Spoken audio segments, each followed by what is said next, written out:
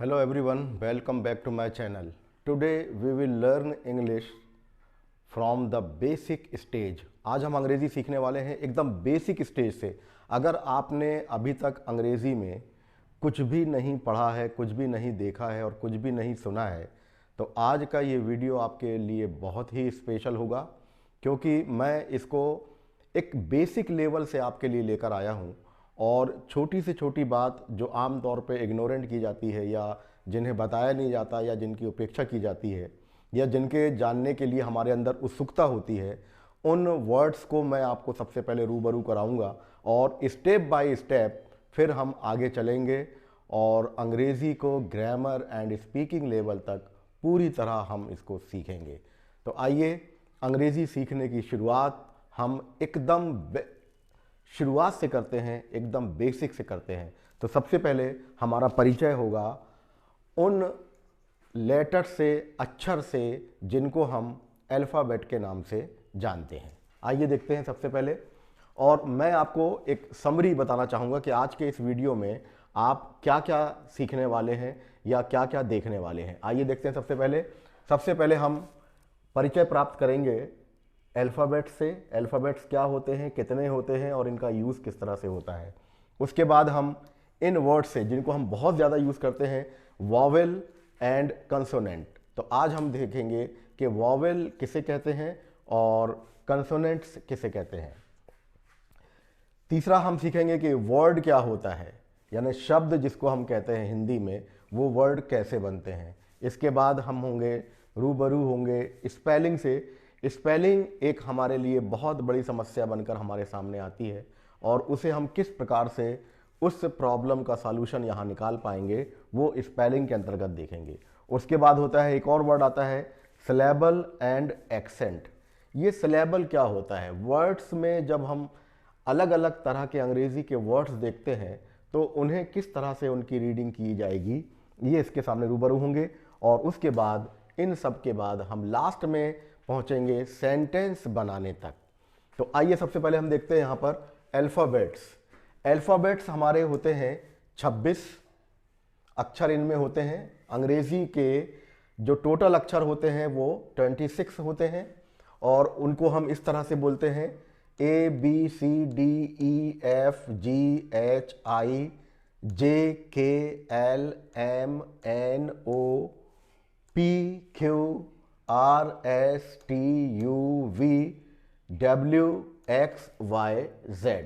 यानी अंग्रेज़ी में जितने अक्षर यूज़ किए जाते हैं वो 26 होते हैं। इनकी लिखावट की हम प्रैक्टिस करें और इनको पढ़ने की प्रैक्टिस करें तो ये 26 लेटर हम बहुत जल्दी सीख जाते हैं। आइए इसके बाद देखते हैं हम vowel and consonant. In 26 letters में जो 5 होते हैं वो होते हैं वॉवेल, AEIOU।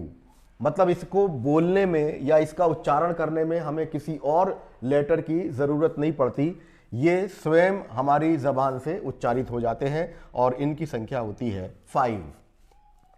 इसके बाद हमारा नंबर आता है कंसोनेंट का। AEIOU को छोड़कर बाकी लेटर, अगर इसमें से हम A निकाल दें, AEIOU, ये लेटर हमने 5 यहाँ से निकाल दिया, ये वाउल्स कहलाते हैं। और इन वाउल्स को छोड़कर बाकी के जो लेटर हैं हमारे ABCDEFGHJKLMNPQRSTUV को हमने अलग कर दिया, VWXYZ, ये लेटर हमारे हो जाएंगे टोटल 21। हमारे ये 21 लेटर हो रहे हैं और ये वाले जो लेटर होते हैं हमारे वो होते हैं 5। तो टोटल मिला के हमारे लेटर हो गए यहाँ पर 26।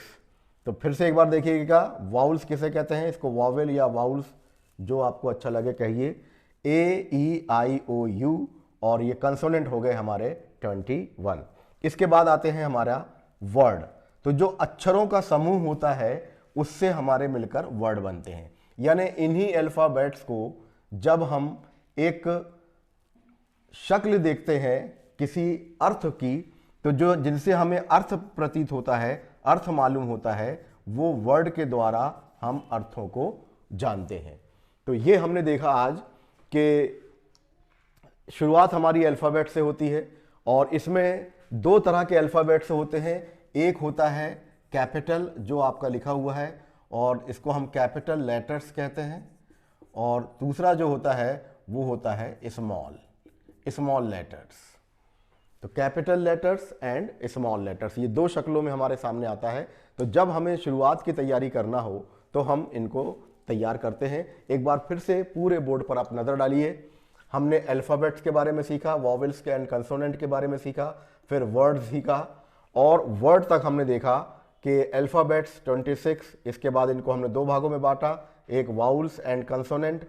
वाउल्स होते हैं 5, कंसोनेंट होते हैं 21, और इन्हीं अल्फ़ाबेट्स के द्वारा एक अर्थपूर्ण अर्थ देने वाला कोई शब्दों का समूह, यानी इन अक्षरों का समूह जो हमें कोई अर्थ देता है, उन्हें हम वर्ड्स या शब्द कहते हैं। इसके बाद हम आएंगे कि स्पेलिंग कैसे निकाली जाती है, स्पेलिंग के बारे में हम सीखते हैं। स्पेलिंग किसे कहते हैं? बार बार जिस वर्ड का यूज होता है अंग्रेजी में उसे कहा जाता है स्पेलिंग। तो शब्द जिन अक्षरों से मिलकर बना होता है उनका क्रमिक उच्चारण अथवा उनका लेखन स्पेलिंग कहलाता है, जिसको हम शब्दों का हिज्जे करना कहते हैं। और यही स्पेलिंग हमारी यूज़ होती है हमारी राइटिंग वर्क में। अगर हम किसी चीज़ का लेखन कर रहे हैं या कोई पैराग्राफ राइटिंग कर रहे हैं, ऐसे लिख रहे हैं, एप्लीकेशन लिख रहे हैं, सेंटेंस बना रहे हैं, इन सारी अगर हम राइटिंग की बात करते हैं तो वहाँ सबसे इम्पॉर्टेंट जो चीज़ हमारे सामने निकल कर आती है वो होती है स्पेलिंग। अर्थात स्पेलिंग हमें बताती है कि उनका उच्चारण कैसा होता है और उनको लिखा कैसे जाता है। इंपॉर्टेंट चीज़ हो गई है अब सिलेबल एंड एक्सेंट। सिलेबल कहा जाता है शब्द के जितने अंश का उच्चारण एक बार में होता है उसे हम सिलेबल कहते हैं। और हमारे अंग्रेजी के बहुत से वर्ड जो हैं वो मल्टी सिलेबल वर्ड्स कहते हैं, यानी उनके सिलेबल एक से अधिक होते हैं। एक सिलेबल वर्ड्स को तो हम यूज कर सकते हैं जैसे गो, कार, पेन,